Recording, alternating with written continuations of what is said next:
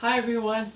Today is February 17th, President's Day, and this is my second update video about my Achilles tendon rupture. And anything that I've gone through that you want to see from the first part, leading up to the surgery and right after the surgery, please check out my first video. So about 2 weeks ago, I went to the doctor, got my cast off, my painted cast, which you can see in the picture there. I did that with acrylic paint, if anybody was curious, and it worked really well. My artwork got destroyed, but I was so happy to get that off. My foot just felt like it needed to move really badly and stretch those muscles, and after you've been restricted for so long, it's just such a relief to get that off. And it was really great to take a bath and scrub up my leg. So the first thing I did after I got that off when I came home was scrub up my leg twice in the bath. So that was really great. When he checked it out, he said everything's healing nicely, everything looks good. So my instructions were to start therapy as soon as possible, two to three times a week. So I've been going twice a week so far. I've only had 3 sessions, and I will show you later in the video what exercises I'm doing. But he started me out with full weight bearing with crutches in the boot. Here is my boot. I showed it to you guys in the first video, but I only had worn it a few days before I got into surgery, and from then on out I was in the cast. This boot, actually, I didn't know until later on that it has a pump here, so you can pump it full of air and then let the air out. If it's too much, it pumps up the inside of here to make it tighter or looser. It's got 4 straps. And for my boot, I had to wear these heel lifts. He told us to go out to the drugstore and get the highest heel lifts I could find, get a couple of them, put them in the boot. So I have 2 gel lifts. And then that didn't seem quite high enough as well. I didn't want to get like 4 of them. So I got a sock, one of my socks I just fold up and put underneath it. So that's maybe about 1 inch high. And I put it in the boot, in the back of the boot, because your foot has to kind of be risen up to take some of the pressure off the back where the Achilles is. One of the things when you're in a boot is that it's really tall, so I actually had to move my crutches up a couple of notches. And another thing, I've been wearing the other medical shoe they gave me that went over the cast. This is the one from the ER. You could see that in my first video. But because it's taller, then your feet are more even, you're not so lopsided when you walk. As far as my scar, that's been healing pretty well. The skin kind of came down like this, it's like folded in. So some of the exercises, it'll rub a little bit. But I've noticed that the length is going down, which is good, and the skin that's filling in is matching the same color as my skin, so I'm hoping I won't get too much of a mark, but it's really early now. It's finally just like becoming more shallow. So I won't know until it's completely done with how it ends up looking. But what I have been doing for it is I'll take my bath or shower, and then when I'm done I let it air out. I keep the sock off. I don't have the boot on.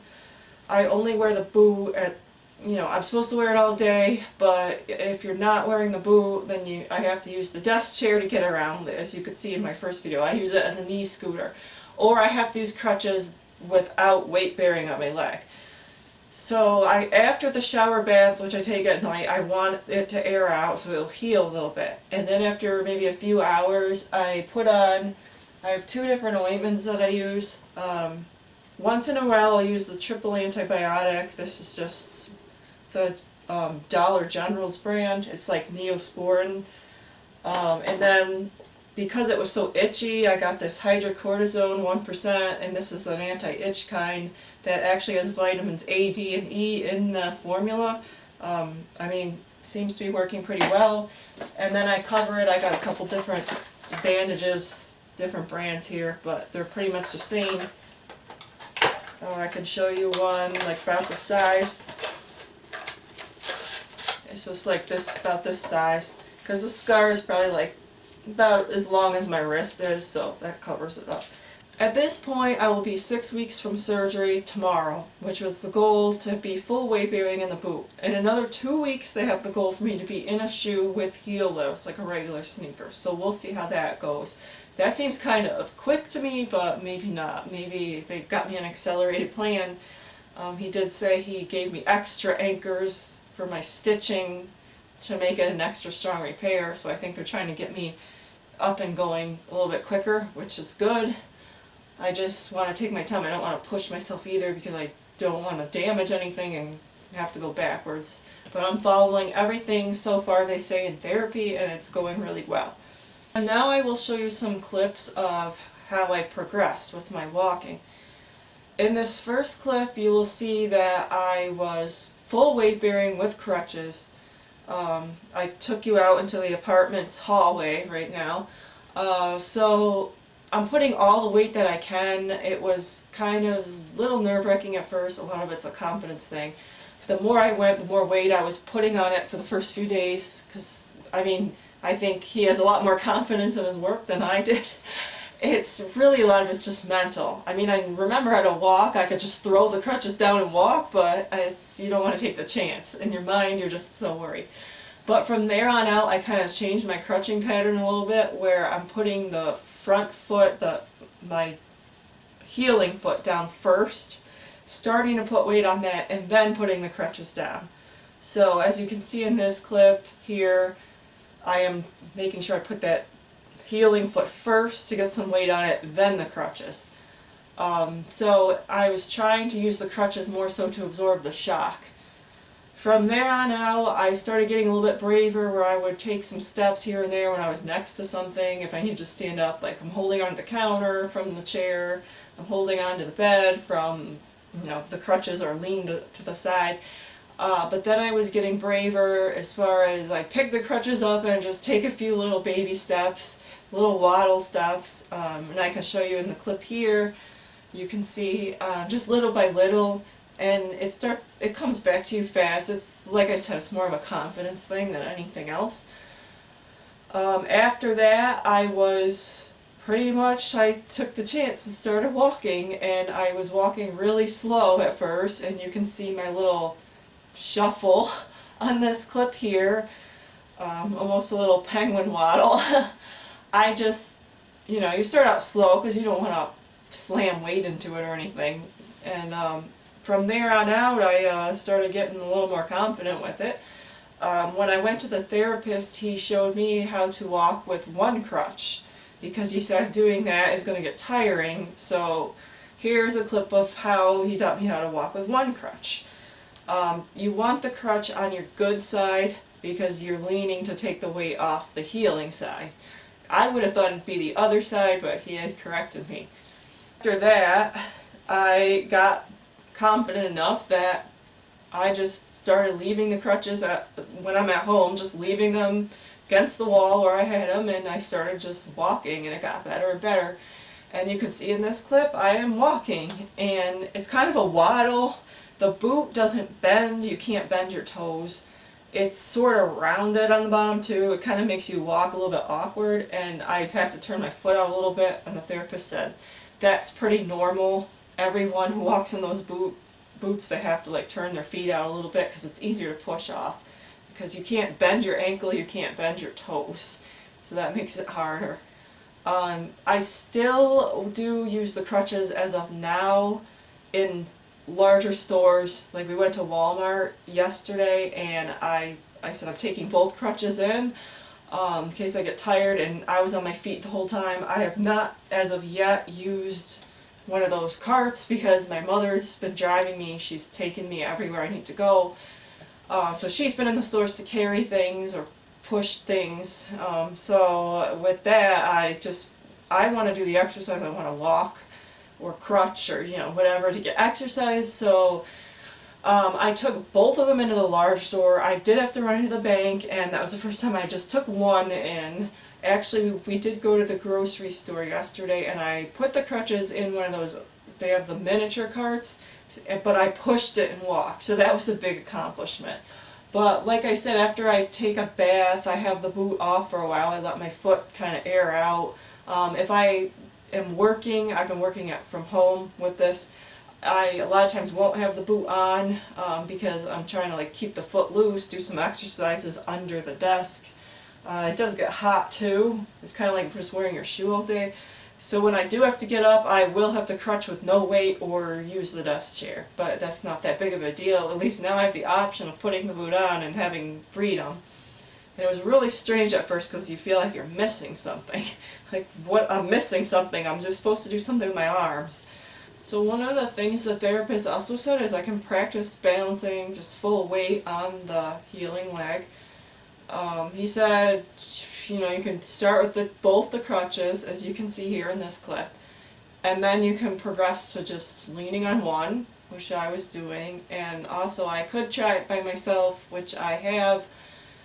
It's kind of hard. The boot is rounded at the bottom a little bit. I got heel lifts in there. I know over time you lose your ability to balance as well, like when you're casted up and stuff. So I know that's part of it too. It's just hard because I have tight muscles down on the sides of my foot. So if this is your foot, this would be my left foot, so there's my big toe, there's my little toe. If I show it this way. And it's these muscles that run here. I thought at first it was the Achilles, but then when I was feeling it, I found it on the diagram. They're called fibulus longus. And he actually agreed that's what I'm feeling that's really tight. So my rule for now with therapy is I cannot bend it past 90 degrees. And that's pretty much where the tightness starts. They don't want to put too much pressure on the work. And I go back to see him next week, so maybe I will get cleared to go past 90, which if they want me in a shoe soon, I'm assuming they will. When you walk, you're bending your foot past 90. Just a lot of everyday activities, you're bending it past 90. So every exercise I do, I have to be careful I don't bend it past 90, which is pretty easy because that's where the resistance is. I'm also in therapy battling a sprain that comes this side of the foot all the way down the pinky foot, and I think it's that fibulus longus that I've also sprained, because when I actually ruptured the Achilles, I landed on the side of that foot. It was behind me too, so this Achilles was stretched, but I landed on the side and it sort of flopped down. Instead of actually spraining and going over, it did flop down, and that's when the snap, when it happened. He did say, yeah, that could be part of it. That's definitely part of it, because you're not absorbing, your foot's not absorbing the shock like it's supposed to. Basically, it's just, you know, it adds to the shock, and probably just went all into my tendon for the most part. But I did overstretch something in here, so I have to work through that, and that's actually where I'm feeling a lot of the pain. And then a lot of it's just here. It's like a tightness, so I think it's more of a spasm, or he said it's because it hasn't been used. It's been sitting there in that same position for how long.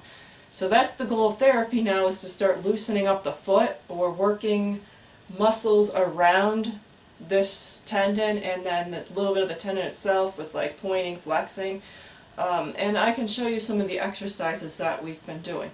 Okay, so one of the first things I was trying to do is set the foot down to 90, because I could barely get it there. It was so stiff at first, but now I am at 90 and I'm not allowed to bend over it. The first things we also did was point, flex, and do this 50 times. The other one we did was this here, back and forth, twice a day. Same thing, everything is like now 50 times, twice a day. I also do the circles, back and forth. I started actually doing these, and which he said is good, so we're doing these now too. I kind of like try to get on the ball of my foot, just almost like you're jumping and dance. So get this heel moving, because it gets these muscles moving that are really stiff. Another one he taught me, put the foot out in front a little bit and just lift the heel, or the toes stay on the heel. So that's another one, about 50 times, twice a day. Then we were doing stretching kind of behind it, as long as I don't bend it past 90. I'm trying to stretch out the toes a little bit. My toes are also not moving as far of a range as my right leg, which is the good leg, so he said probably because they've been casted up too, like once I start walking they're probably going to loosen up. Once I got better at these, we started putting some weight on the heel, Just put the heel out in front a little bit and then moving it back and forth. That adds a little bit more resistance. So instead of leaving it in the air, now we've got it on the ground. That's the way I'm doing my 50 reps. And then we also he gave me a stretchy band. So what I do is I have to put my toes in here. This is for the pointing and flexing. So it's adding resistance, and I pull and I point and flex against the resistance. Twice a day, 50 reps. I just can't bend it past 90 when I come up. Eventually, from what I've seen with exercises, they start really using this to pull themselves past 90. But right now, I'm not allowed to do that. As much as I'd like to see where I can go. So that's about it to start with exercises. So here's a better view of the stretchy band I got.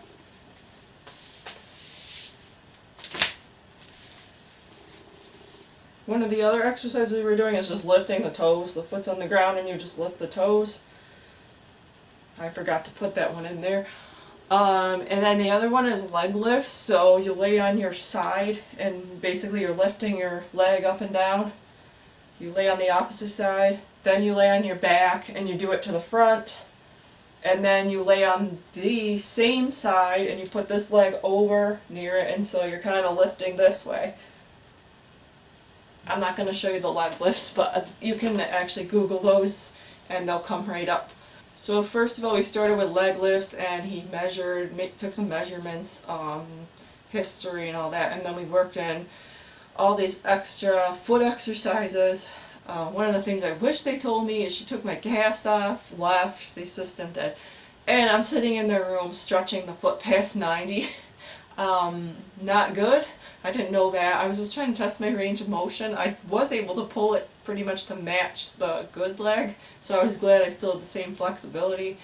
But then he comes in and tells me that he doesn't want it past 90, but it was after he said everything looked good too, so I'm like, okay, I didn't do anything bad, so that's good. Doing my straddle stretches, where your straddle is your wide, like almost a side split, and you lean back and forth, is fine. I just can't grab the foot when I lean over, that's all. Also, when I put them in front and I bend forward, straight legs, that's fine too, as long as I'm not pulling on the feet. So I'm able to actually keep up with some of the flexibility that I had. Hopefully I won't lose as much of it. When the cast first came off, though, it was pretty scary how small that my calf was. It did not look like my leg. I don't know what happened, and then the bottom part was very swollen.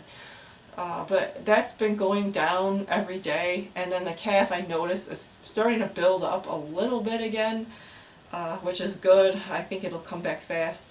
Another thing that was really helping me is the heating pad, my trusty heating pad here. And I just put it up to medium or high. It has a timer, so I just put it on when I'm in bed and when I'm watching TV if I'm not exercising the foot, and just let it go till it turns off.